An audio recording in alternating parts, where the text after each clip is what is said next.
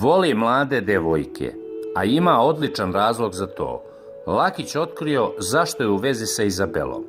Kao i svako veče u emisiji Upoznajte parove, čitaju se pitanja koja postavljaju gledaoci. Ono što je zanimalo auditorijum je zašto Nikola Lakić voli mlade devojke. On se ne obazire na devojku njegovih godina, a iz kog razloga je stupio u vezu sa Izabelom, otkrio je večeras. Zato što treba da mi rodi 1/4 dece. I zašto bi se ja kačio na matore koke koje su prošle sve i svašta.